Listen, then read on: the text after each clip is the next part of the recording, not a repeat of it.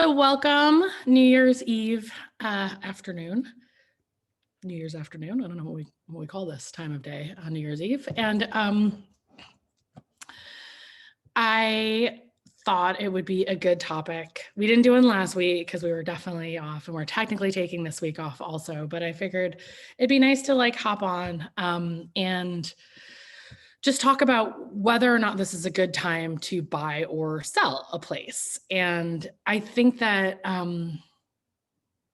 it can seem like it's sometimes a binary thing, like what's good for sellers is bad for buyers, or what's good for buyers is bad for sellers.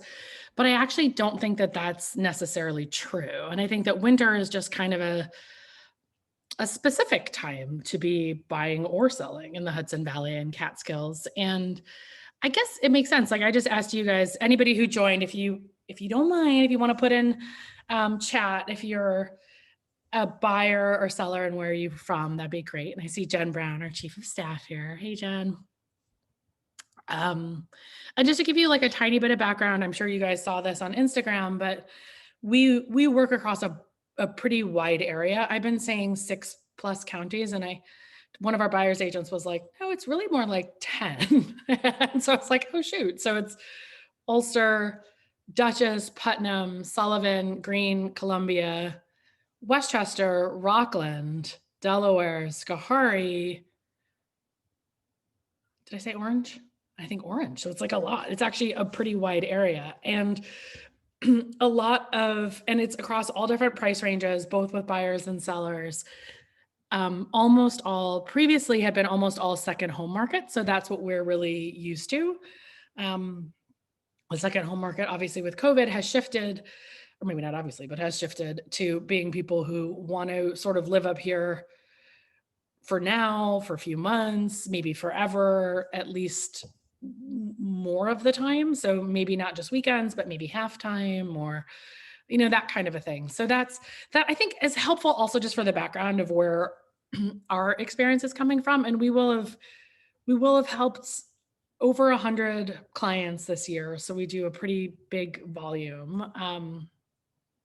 And our team has their 2 listing agents, myself and Danny Romero, and then we have a number of buyers agents and showing assistants. So we kind of divide and conquer a little bit, but we're having to talk about these trends, or we get to talk about these trends every morning. We have a team meeting at 8:30 and are trying to say like, what's happening? What are you guys seeing? Are there still multiple offers? Is it still as bonkers as it was?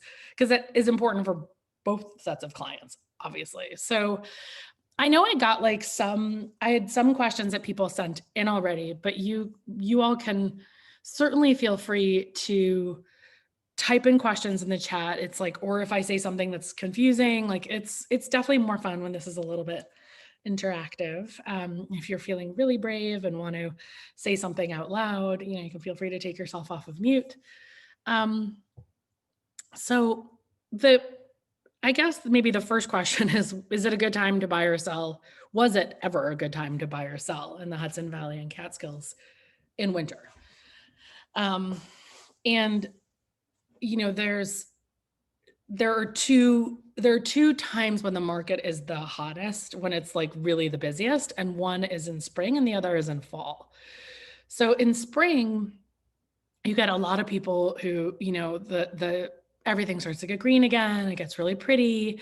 People still have enough time to get in to enjoy the summer.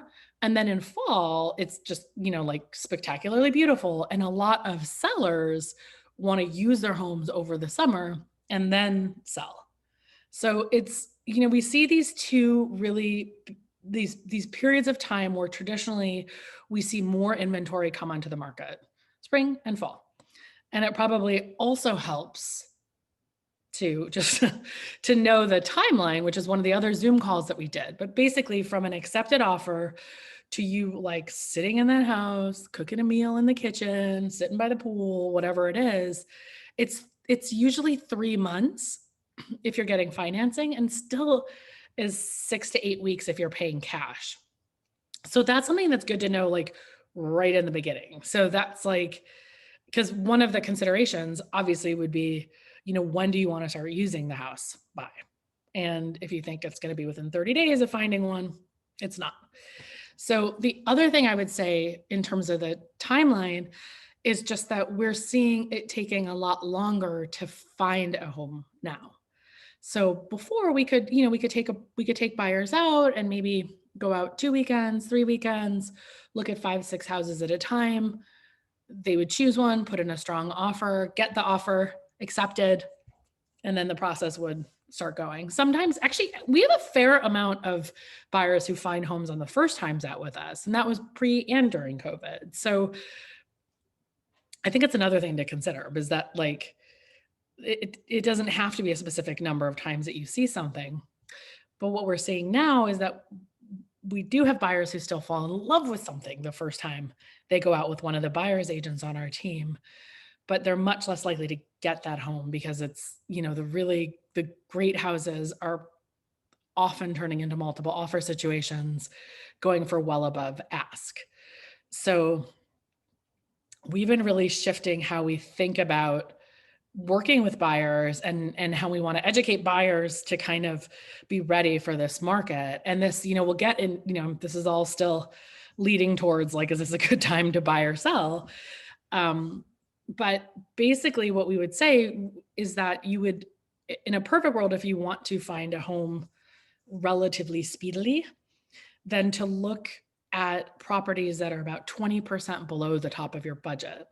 So that if you, especially if you're getting financing, even if you have cash, but especially if you're getting financing, because you want to be able to come in with a really strong offer if it gets to a multiple offer situation. And we did the analysis for our listings this fall, and it was on average 20%.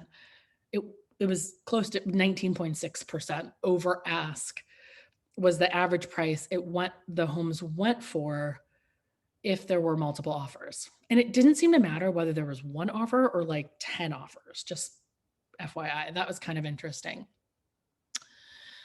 And because of the lag time, so we're saying it takes like 3 months for a house to close. When you look on Zillow and a house hasn't closed yet, you are looking at prices. I mean, right now it's like early fall, and the prices have absolutely gone up since then. So it gives everybody like a weird sense of the market that's not really accurate for today. So that's something to think about. So, one of the reasons I think that we don't know this year if there are going to be fewer buyers in winter. We just don't know. There have traditionally been fewer buyers, and the buyers that came out, what we always said to people, the sellers, is that it's a great time to sell because the buyers that come and shop for homes in winter are super serious buyers. Like they're the ones who want to buy a house. They're not like going hiking and maybe I'll just like check out some homes, on the way or whatever.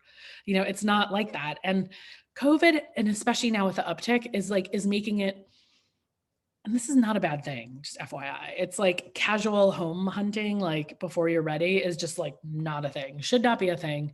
You can do all that online. You can talk to us, you can look at our videos, you can spend a ton of time on Zillow.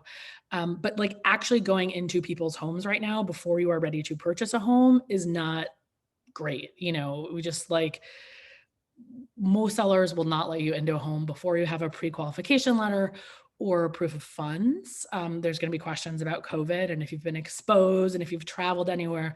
And that is all good stuff because we do not want real estate to get shut down and we do not want to make people in our communities sick, obviously. So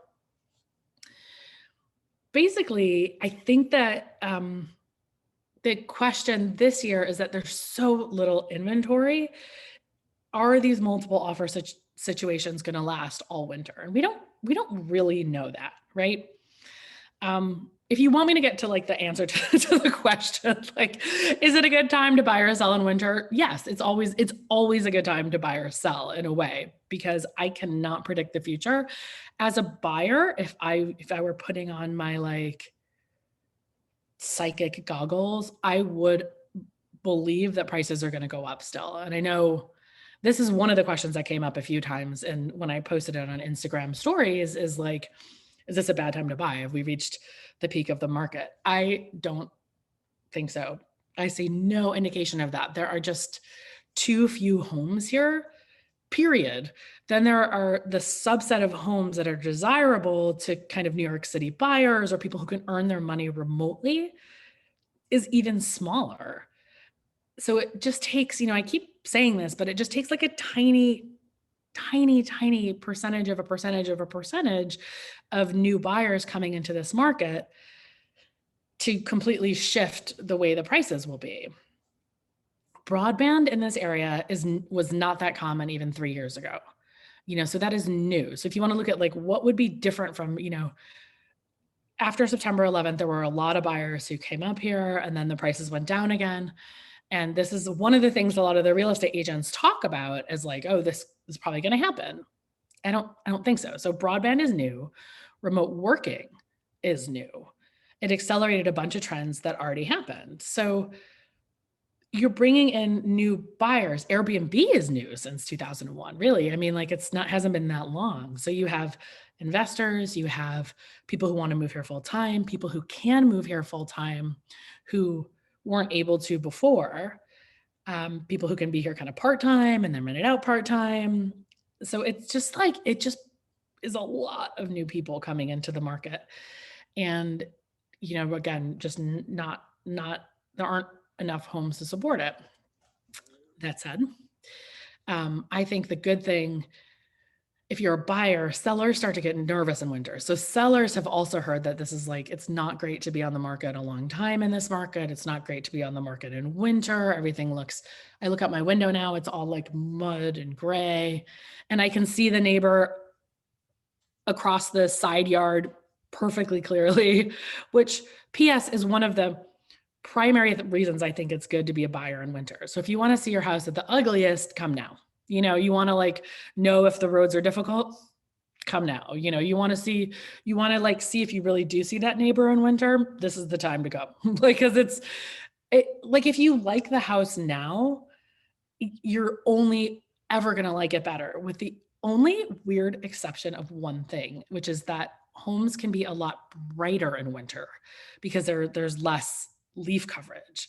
So once you have like once all the trees are bare, the houses, I mean, right now it's a gray blech day here, but like the houses can get really bright because it's so impacted by the tree essentially coverage around it. So that's the only thing that could change for the potential negative, is that sometimes homes are less sunny in summer. Go figure. But I think that, so that's like one, Stewie, that's one really good reason to be a buyer in winter, is that you're going to see things when they look the ugliest. The others, like I said, the sellers start to get concerned in winter and they sort of think, oh, if it's not selling now, are we going to have to wait till spring? Like in January, spring, really, I mean, spring is like May here, so that's a long ways away. So sometimes for homes that have been on the market a while, you can start to get some really good deals. And that is true even in this market. Now, there may be homes that have been on the market for 2 years or 6 months. If you don't see that the price has gone down, that generally means the seller's going to stick to a higher price. Like for whatever reason, they don't need to sell it. They do Airbnb, like they're just testing the market, whatever. So in general, the rule of thumb is, that you have to wait for the seller to drop the price to get something significantly lower than the asking price. But I think that winter would be the time where I would give it a shot, because you never know. You never know how people's situations change. And, we say that an offer that's more than 10% below the asking price can get into the insulting territory. It can be where the sellers start to feel emotional about it and are really bummed that you're giving them such a bad offer. But I do think that if something's been on the market, let's say since September, you're looking at it in January, they may be pretty happy to try and negotiate something. I just had a deal accepted that was exactly that situation. And the agent first said, there's no way they're going down below X. And they absolutely did. They did. And we had to sweeten the deal, that case was a lot of various sweeteners in terms of, not negotiating after the inspection and all these different things, but that was okay for those buyers. So I think that like, and what we do and what we try and do when we're looking for our clients is we try and look for bad photos. I mean, that sounds like an obvious thing, but like it's the homes with the bad photos that actually could be pretty awesome in real life. And we see those still, and they're just going to get less attention. Like it's our listings that we have amazing photos for. We have great descriptions. We're going to like do targeted digital advertising. We're going to like get it all over the place. Our listings are not generally the ones you're going to get like a good bargain with, to be honest. Like we will price them fairly, but they're going to get seen by so many people that our listings tend to go for generally higher than what a lot of other agents could kind of get for the same listing. So the multiple listing services here, of which we belong to 4, I believe, that means we can show any listing in any of these places. So we look for the bad photos. We look for the ones that maybe a little bit, where they're kind of being undersold a little bit for some reason. Like it just feels like, maybe this person doesn't really get the value of this. There was one home that we represented the buyer on about a year ago, where when we talked to the agent, he thought mid-century modern homes were ugly. Like I think they had like 15 offers, and this was way pre-COVID. And the agent just like thought they were dumb. And our buyer was like super psyched about it, was gonna get that house, and they did. And then, like found out there was mold in the home, all this stuff, and they just like stuck with it, got it taken care of, and it was fine. So I think that I think those are I think that because it's, I guess what I would say as a buyer, there's no reason not to look at winter, right? Like there's going to be less inventory, but also it really, like there are going to be agents. It sounds like horrible, but there are also agents who take a few weeks off or a couple months off in winter. And then the buyers that they're working with, they will advise that winter's not a great time to look. So I know I know this is happening with some people. So it's, I think that the number of buyers who are looking right now is less than there will be in May. Let me just put it that way. And even less than there will be at the end of February, because by the time you get to March, March, April, May is like that's when you're looking at you're getting your keys in June and you're able to really enjoy that house. So that's where like we always tended to see like a bigger uptick in buyers, and to some extent in listings. The first little uptick would be end of February, and then the next huge one would be in spring. So I think that I'm trying to think if there's, I was really thinking about it, because this is, if I were a buyer, I would be looking all the time, because you don't know when you're going to find the right house. Like people put the sellers may say, so if I look at it from the seller perspective, is it a good time to sell in winter? Well, it's definitely a good time to sell in winter. This year, it's quadruply a good time to sell because there's so little on the market and there's still so much demand. So a seller might see prices that they never, ever would have thought of even honestly 3 or 4 months ago. So, and they're going to be like all alone in the market, like when stuff gets out there. So it doesn't mean you can overprice a home. It doesn't mean that things are, that all the normal factors of location and condition and all that character, all that is still important. But I will say that when buyers are starting to get worried that they miss the boat about buying in the Catskills or Hudson Valley, we are seeing buyers being a little bit more flexible in terms of what they're, open to for all those things, for location, for condition, et cetera. So I think for sellers, it's an amazing time to buy. And I mean, and again, like this is like working with us, we can get these homes in front of so many people that I'm never worried for our listings that we'll have enough buyers or enough eyeballs. Sometimes the prices have to be adjusted, but then we can always say like, oh, look, we had thousands of people see it and this many showings and this many, things. So that means if that's happening, it might still be a price issue. As a buyer, I think that's where there are some, and I do think that there are some opportunities because there, for a seller to list a home right now, right? Like if their agent is telling them it's going to be better in spring, you're going to get a higher price per square foot or per bedrooms and bathrooms, whatever it is. Um, there's probably a reason they're listing now. So that's another interesting thing. So you have the sellers who've been on the market since the fall, and then you're going to have new ones coming on the market in January. So usually the people who list in January, February, like we have a bunch of listings going up and they, I mean, again, like we talk to our sellers about how we can get the eyeballs no matter what the time of year, so it kind of doesn't matter. But usually people have some reason to sell, like they're moving, they are like literally moving across the country, their family situation has changed somehow. Well, actually right now one of the reasons they're thinking about selling is because they're seeing that the equity in their home has gone up and they don't know how long that's going to last. Like, so you have some people like me who are pretty sure that prices are going to go up.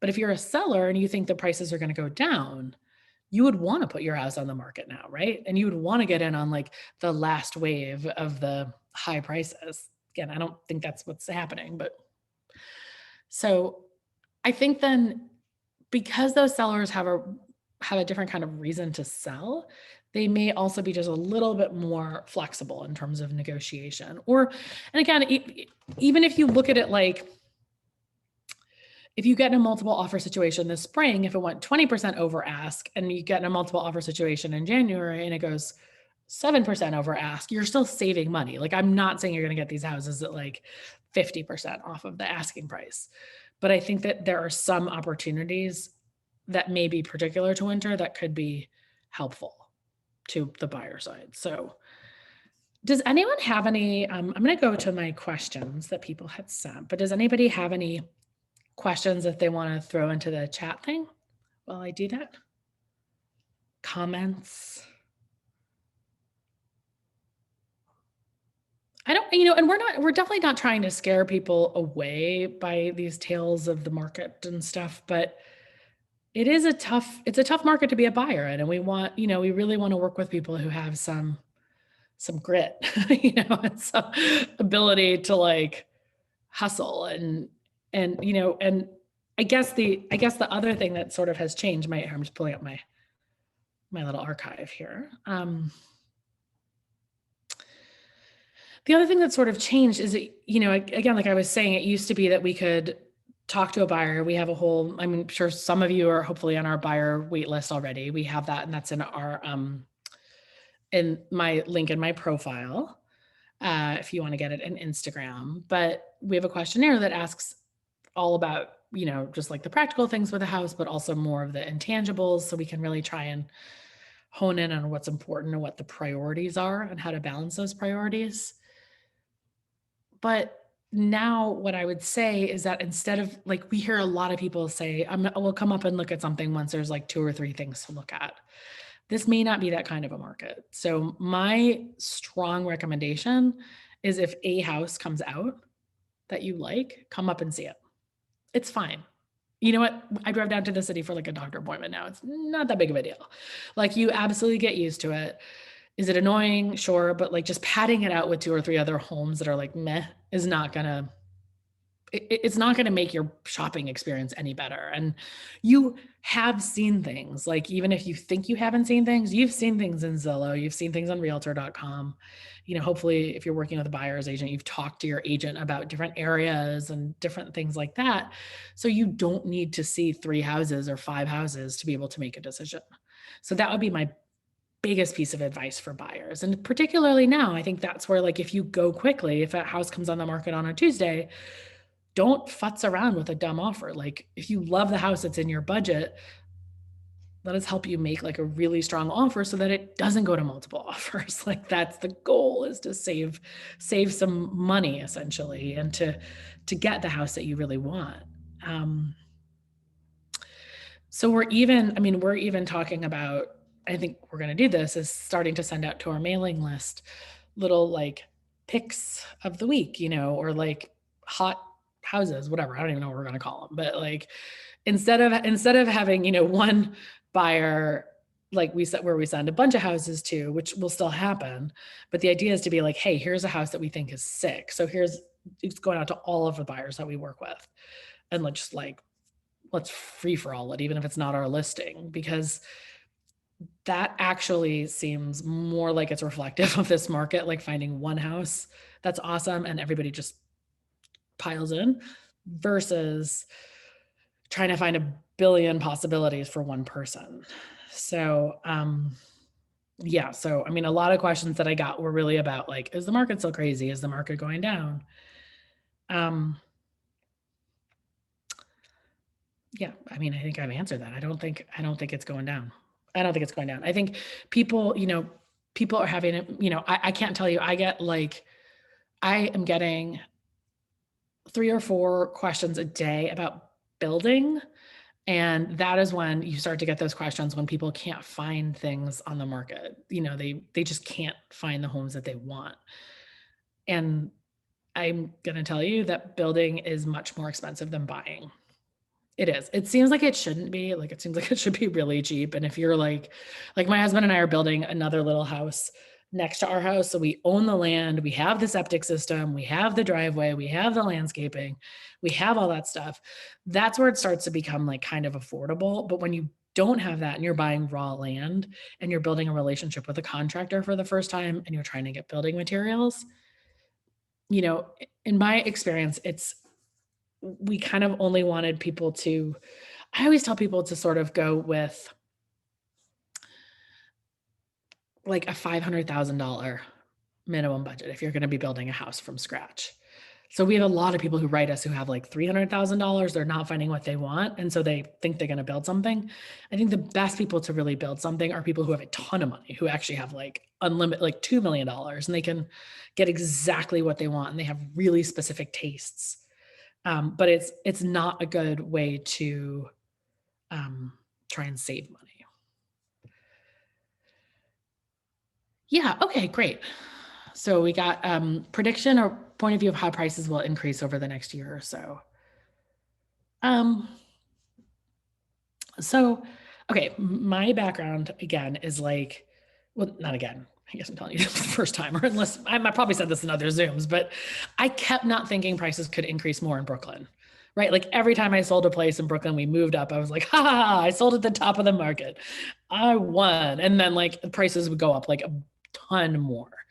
So the way that I think about this is that I think that again, for this subset of homes that are attractive to buyers from New York City who can earn money in New York City or earn money by doing something remote, I think that, I think the prices could go up a lot, you know, I really do. And again, like, so, and weirdly, like we're seeing this, I mean, this is part of our like K-shaped recovery. The luxury market is kind of the worst in terms of there being no inventory and prices are going up a lot. So over $1 million is actually super competitive right now. And then the other price points I think are going to continue to rise. Yeah, I just don't see it going. I mean, because we're seeing people now with such bigger budgets who are like deciding not to buy in the city and buy their first home here. So they have a budget of like $700,000, which would buy, you know, a decent apartment in New York, but here will buy you like an amazing home still. So that's where like I know that I am bad at guessing how high prices can go. And I will say, and again, like, because I'm super aware of the impact of rising prices on the community. I think that it's disproportional, which I think is great. So I think that there are still a lot of homes that people who work here and earn money here will be able to buy that, you know, I know that a lot of our clients don't want to be on a road. They don't want to be near a road. They don't want to see neighbors. They don't want a home from like the 90s. They don't want, there's like all these really specific wants and needs. So that's what I'm saying. It's impacting the specific market of houses. Yeah. Okay. So if you're excited but overwhelmed, I would say that you can definitely fill out the questionnaire. I don't know how to pin it here, but Jen, could you type that in the chat thing? Would you mind doing that? If you want, you can fill out our questionnaire. We're going to start doing more stuff for like brand new people and, you know, kind of more consults and things. But the first thing absolutely is to get financing sorted out. Like just figure out how much money you have and how much you're willing to spend and what does it mean if you have if you're paying your taxes and stuff and your, you know, all that stuff is more expensive. I tend to tell people to budget around $500 a month if it's like a normal sized house, like, you know, anywhere between 1,500 and 2,700 square feet, let's say, for utilities, internet, snow plowing, lawn mowing, firewood, like little repairs, exterminator, stuff like that. So I think $500 a month is really is a good amount of money. Like I think that will take care of it for most of you guys. So on top of the, you know, mortgage, insurance, taxes, if you budget that, I think that's pretty solid. So when you're thinking about the finances, think about that. And I think that like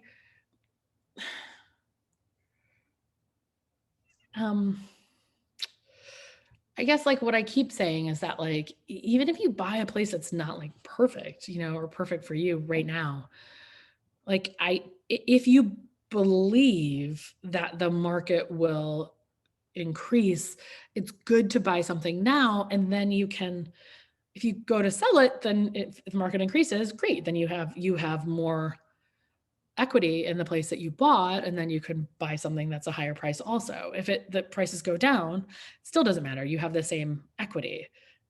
So I think that like, you know, and you could buy something cheaper while you look for something great. So I think that that's like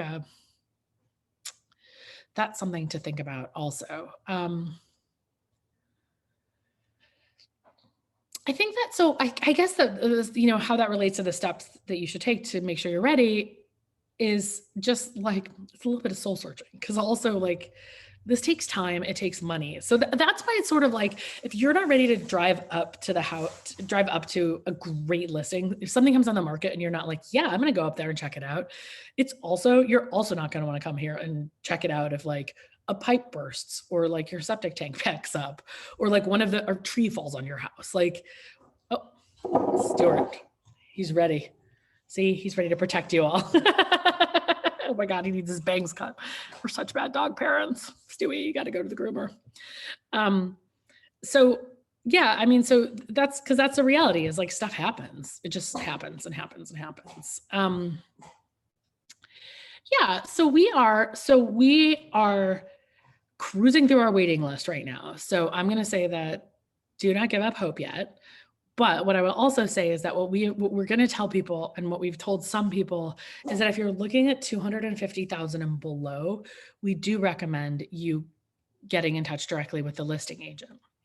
And the reason is that is, especially if you have financing. If you have cash, we can sometimes make it work, but it's that price point that is really hard to find right now. Because if you're looking at 250, then, you know, you may need to look at homes that are only go up to 180 because you'll assume that there'll be cash buyers and the challenge is that, you know, those are the homes also where there'll be so many showings that you can't even, like, it's hard to even get in to see one. So when you're working with somebody as a dual agent, so this is like if you were working with us for one of our listings, essentially what happens is they don't legally represent either side. They sort of work to facilitate the transaction, which can be great. I mean, a lot of times I love doing it. It's like so much easier. It's just like, you know, clean line of communication to both sides. You can sort out problems easily. And it's so not that different from representing either side, because you're always having to figure out what will make both sides happy.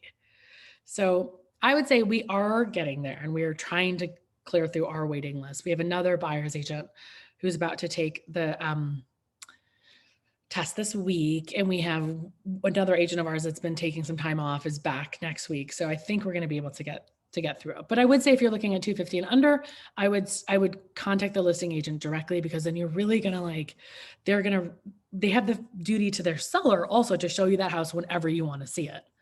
And that's the problem for us, is because we cover such a big area. So if somebody, you know, wants to see 5 houses, that could be physically impossible. But you can kind of arrange that. How do they build the algorithm for a Zestimate on Zillow? It's obviously proprietary information that they wouldn't share with us, but and they change it, but what I would say is that we have not found them to be super accurate in our area. They just seem kind of random, and they're random.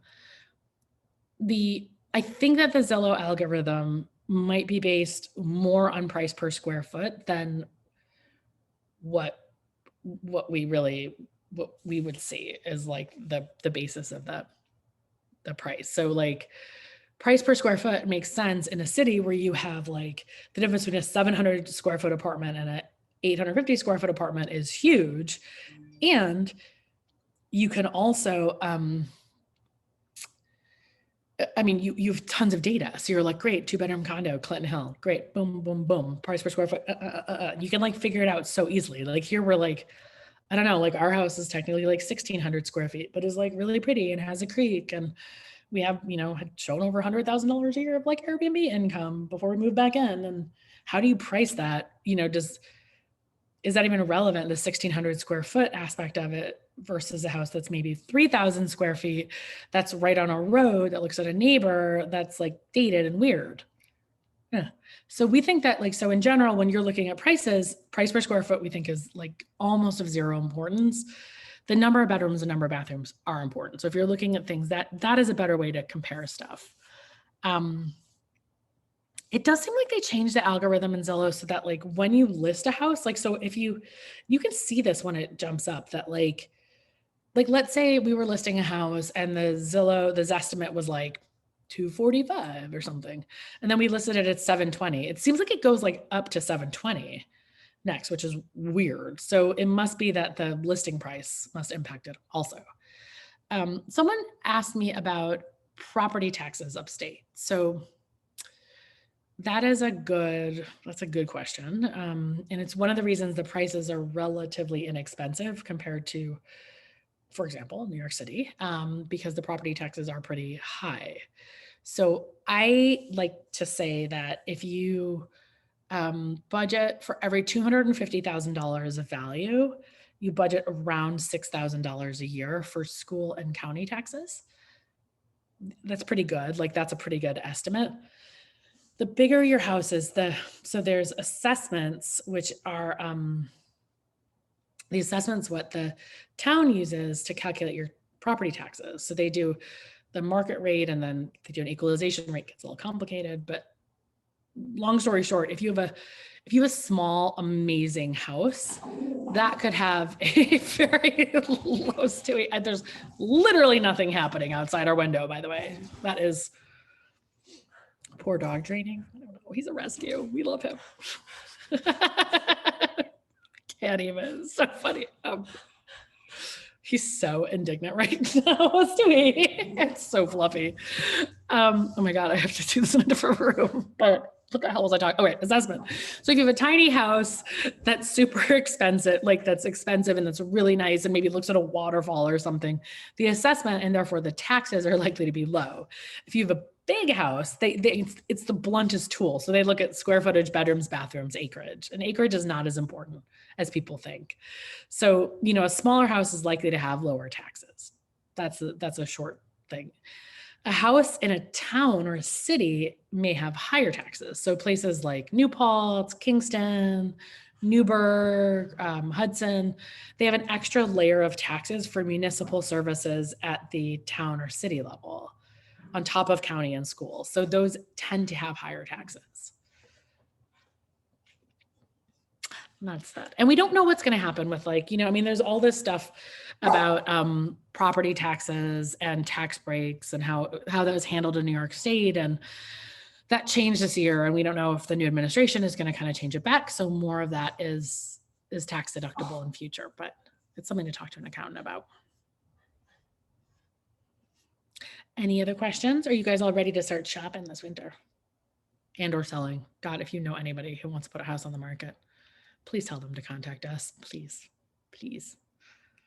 Megan, MEGAN @upstate-realestate.com. But I don't know, I think what do I think of Old Chatham? Oh, it's funny. One of my good friends just moved there. I love Columbia County. It's beautiful. I think it's cool to be near the Berkshires and, you're close to Hudson still and Chatham's super cute. And I mean, I would live over there just to go to the Bartlett House and get, frankly, it's pretty rad. It's just something, so, before you get discouraged, I mean, just don't get discouraged because there are so many places. There's so many places that are awesome. I really think that like everybody who really wants to find a house can find a house. It's just like when you want to find a house and you're like, I need it to be, $300,000, but it has to be mid-century modern and has to have a swimming lake and has to be this and has to be that. Like that's when you end up having problems. The broadband is a little bit house dependent. So I would assume that most places have it. And if they have it, it's usually really good because there's just fewer people using it. So there's some fiber optic in some areas, or some, Spectrum is a big provider of just broadband services, but generally it's really good. So it's kind of like a yes, no question. If they have it, usually really good. If they don't have it, then you have satellite internet, which is not good. Fine if you want to just like stream stuff, but not great. Oh yeah. So huge down payments and more all cash offers, definitely more all cash offers, and definitely huge cash payments, actually both, because the prices are going up quicker, more quickly than the appraisals are. The appraisers are having a really hard time finding homes to compare things with. And that was, like I said, that was already an issue even before COVID, because it's sort of like two separate markets. And so you don't have to put down a huge down payment though. I mean, what we tend to help buyer structure offers is like they can put down as little as 5% or 10%. Like it doesn't matter. But then they have to be willing and able to accept a lower appraisal. So they have to be able to, if you're going to put down 5%, then we just say, hey, as long as it appraises within $50,000 or $100,000 of the agreed price, we're good. We'll kick that money in if we have to. Then you don't have to put it in. And interest rates are so low right now. Even if you had to pay, you have to pay private mortgage insurance, PMI, for anything less than 20% down. And the rates are so low that, talk to your mortgage broker about it. But it would be worth it, I think, to have that extra money. And you could also shift from a 20% down loan to a 5% loan on some of them if you use it as your primary residence, or 10% as a secondary residence. And then you can use that cash towards a lower appraisal also. So as long as you have a game plan of how you can talk about how you are cool with a low appraisal, you can handle it. It's another reason to shop under your budget, by the way, big reason. From California, I'm looking at a 2-week trip to house hunt in February or March. Well, so here's a slightly sucky thing is that, I mean, currently there's still a quarantine period you can do two negative COVID tests within, I think, 4 days. So you would have to have a little bit of time to get that taken care of. February has been one of the snowier months. So, I mean, I don't know. It doesn't seem like it has been the past couple of years. So March might be a little bit better just in terms of traveling from further away and hoping to not have to like miss a whole week of house hunting, basically. Yay. Yeah. So I mean, once everybody's vaccinated, I don't know what the state laws are going to be. Like, I don't know if they're still going to if you're still going to have to do COVID tests or if you're able to prove it. But either way, the February risk is really just snow. And so that's a thing. Like if you're just coming up from New York City, it's not that big of a deal because you could just come another weekend. But if you're booking a flight, it's hard to know. The weather out here is just a little bit unpredictable. And the snow, I mean, they do plow and the roads are good. So it's not like, unless it's like some freak occurrence, God forbid, 2021, please don't do this to us. It shouldn't be like, it won't be like a whole week of like, you can't travel or see anything, but it might be a few days because then it takes a little time to get the houses plowed out. And especially if they're not, if they're vacant, that's when we have snow events in winter, that can be a little bit annoying because not every seller has the same kind of snow maintenance when it's vacant. Anything else? Any last questions? I mean, if not, I just want to say that like, oh God, yeah, before COVID was the market strong for Airbnb. Yes.